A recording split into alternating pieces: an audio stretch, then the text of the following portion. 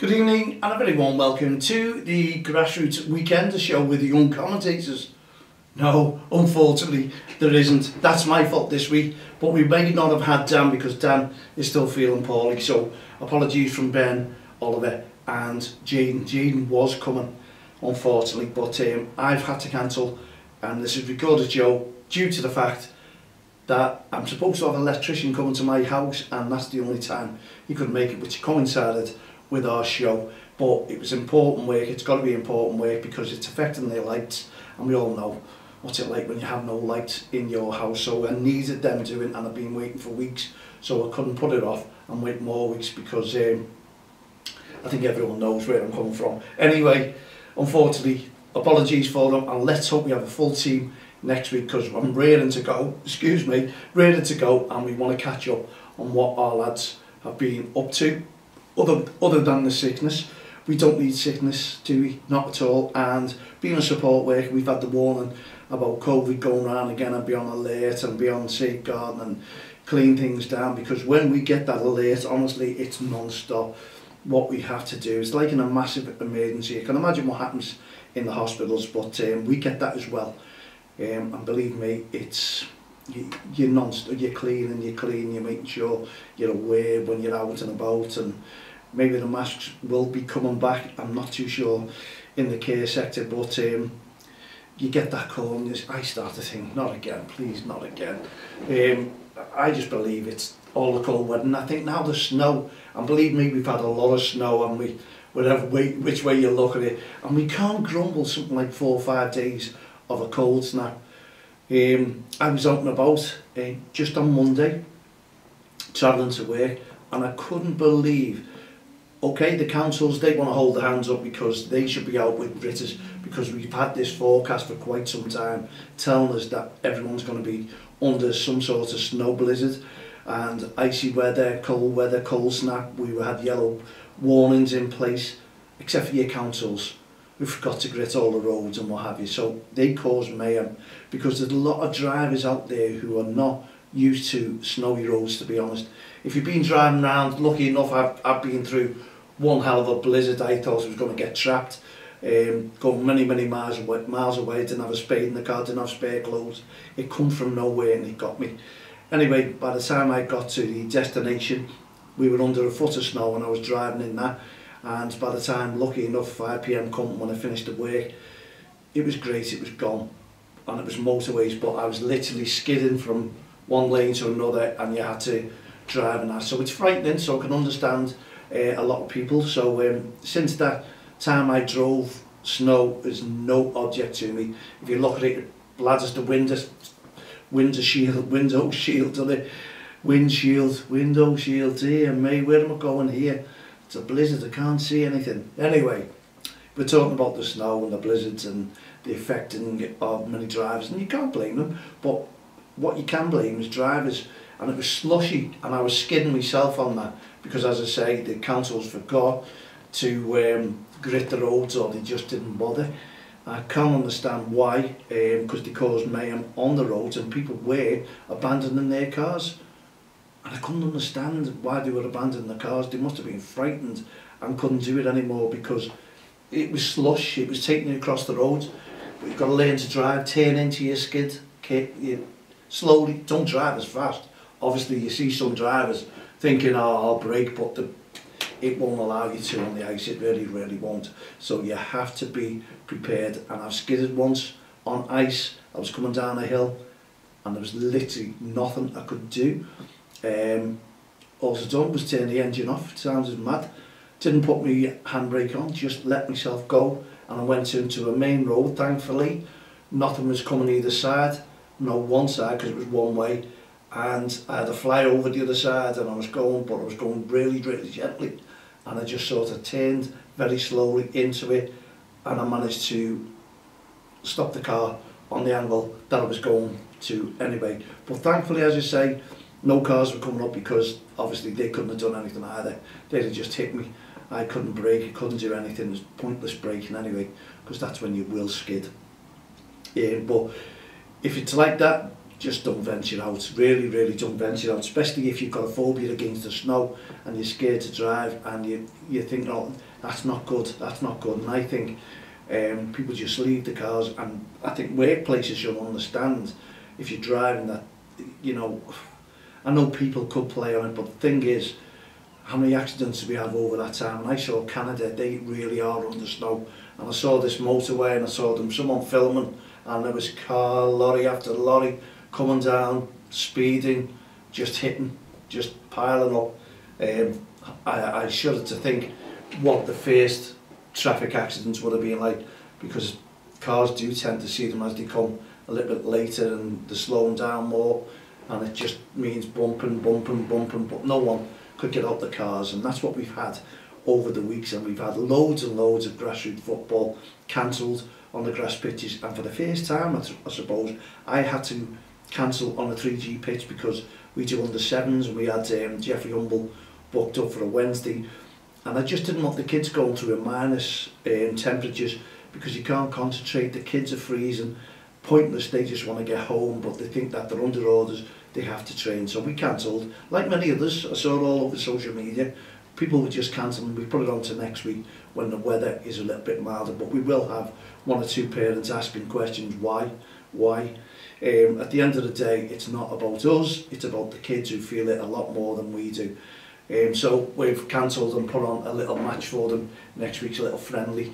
So they've had no training all this weekend. You couldn't blame us having no training, even though the kids probably would run round riot. You still have to consider their well-being, and we have a duty of care as coaches, as managers, as club officials, just to make sure that the kids are safe.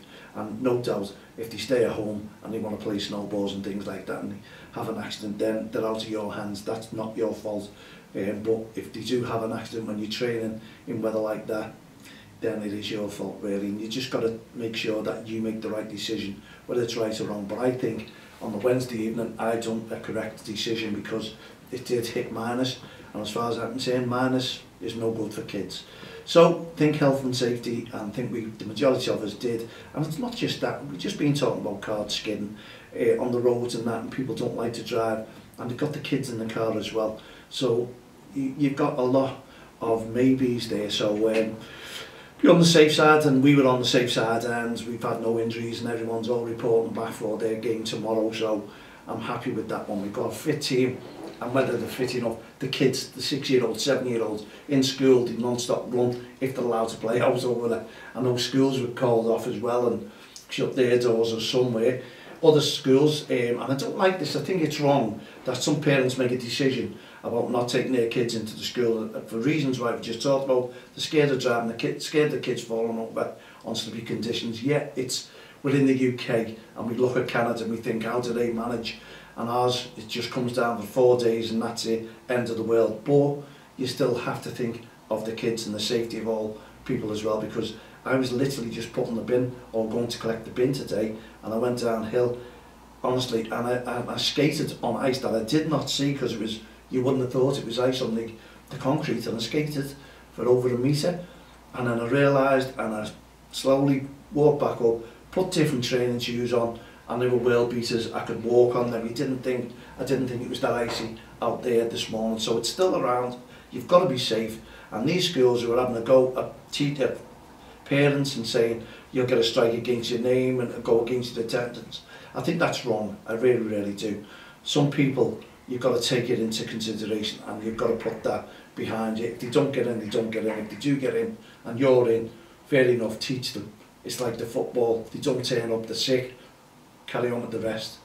But don't warn the teachers or the parents and give a mark against the child, you know, because they're only safeguarding themselves. And I think mums and dads and grandparents have a duty of care as well, not just the schools. Remember that. Okay, hope you didn't get into trouble if you kept your kids off school. Right, we've got grassroots football finally back on tomorrow. Looking forward to it. Yeah, it might still be cold, but we do know that all grass pitches are cancelled on Sunday yet again. I'm not too sure what that is, because what are we expecting? Is it heavy rain? Is it, I don't know, because the weather must have changed, because it was telling me, or telling us the other day, that we're going to get the plus temperatures rising, it's going to be lovely by the weekend, we're going to go into 12s, 11 to 12s next week, and then suddenly all these games are cancelled. I've not checked the weather yet for the weekend, I've not checked it for tomorrow, I'm surmising it's on, and I should imagine we'll have no snow. If it's rain, it's freezing rain. We'll tell all the parents, make sure they've got extra layers on, please, to keep warm. We need the kids to keep warm, honestly we do. And I'd rather have them sweating, and I think you would, rather than freezing cold as well. Hypothermia, that does set into kids quickly. So if you're a coach and manager and it is very, very cold tomorrow, keep your eye on, especially on the goalkeeper. If your team seems to be on the attack all the time and not getting no chances, everyone's watching the team attacking, but no one's watching the goalkeeper in goal. Keep your eye on them. Any sign of any shakiness, anything, any going white, get them off, get them wrapped up and get them warm. Keep them warm. I'd love to give flasks of coffee out and tea. I know there's teams who do that, by the way, so hats off to you, thumbs up to you, well done. Just offered tea, coffee on the sidelines and hot soup and Oxo. What's your team like? What do you do? What's your club like? Do you do that when the games you feel a little bit cold? And it's great as well because it's saving you a fortune, because some of these cafes and, well, mainly cafes are making a small fortune out of the kids and the adults in grassroots football. We need to cap that as well. No play, more play, less pay. This is what we want. And that includes the prices of coffees, teas, burgers, sausage rolls, hot dogs, anything, warm soup, Oxo, Bovril, whatever they want. We need to keep these prices down because they're paying enough in grassroots football itself, and that's what we need to do. So my honest opinion, follow us on our campaign soon. We're really going for it. More play, less pay.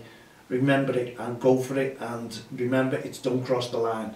You need to sign up to us, www.don'txtheline.com. Add me as a friend on Facebook, Twitter, LinkedIn, all the social network sites, and also email me, mal@don'txtheline.com. If you've got any queries, any worries, anything about what the prices ranges are, kids playing football, send them in to me. I won't read them out, I'll just keep them to myself unless you want me to read them out and make a stance and let people know what you're going through. You know, some leagues, you've got to work together with these managers and coaches as well. I will not now say, I think you've heard me, it's not the football family anymore, because people are doing their own thing. It's individual. When you play a game, it's individual games. People aren't together. There's no togetherness. There's leagues separating themselves from managers, from coaches.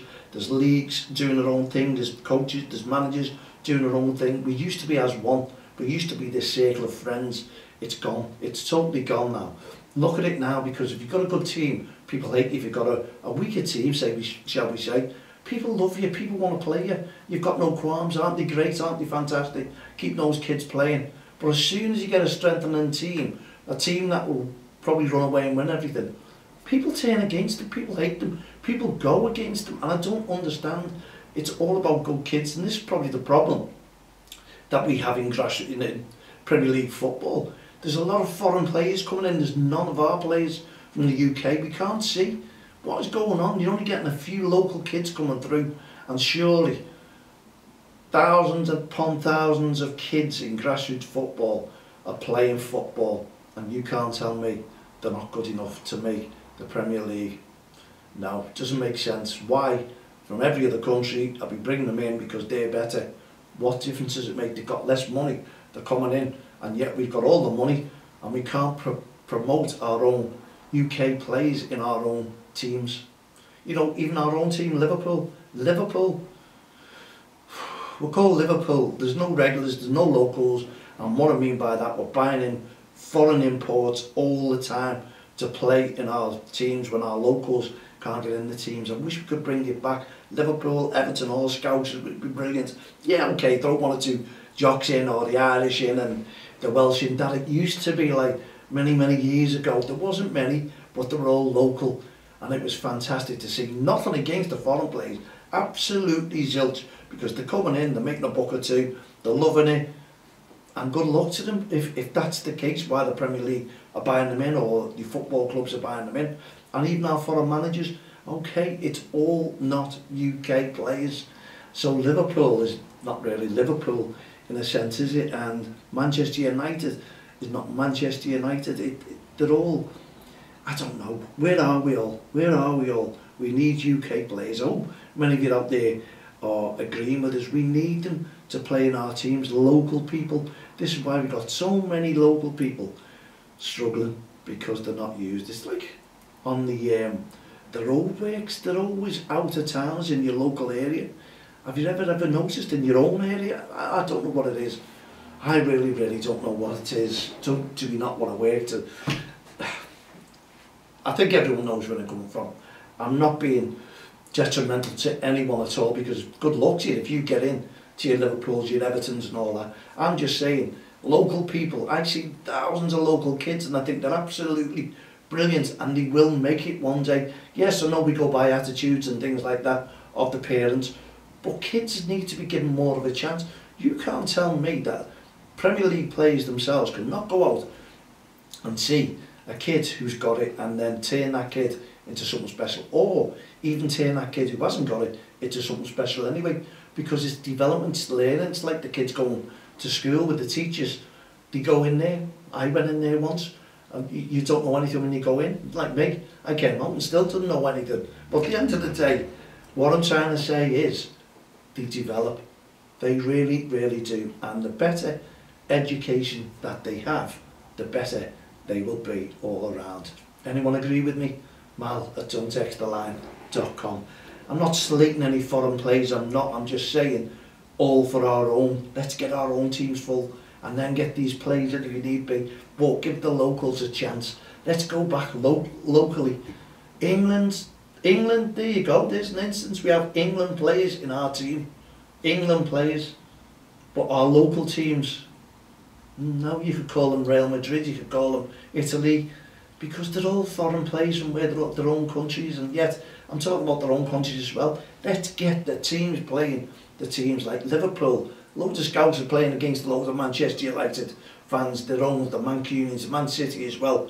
And I'm sure there'll be millions of fans out there going, wow, yeah, great, wouldn't that be fantastic? Why can't we, all right, have another team? And let's do the local league, Liverpool, Everton.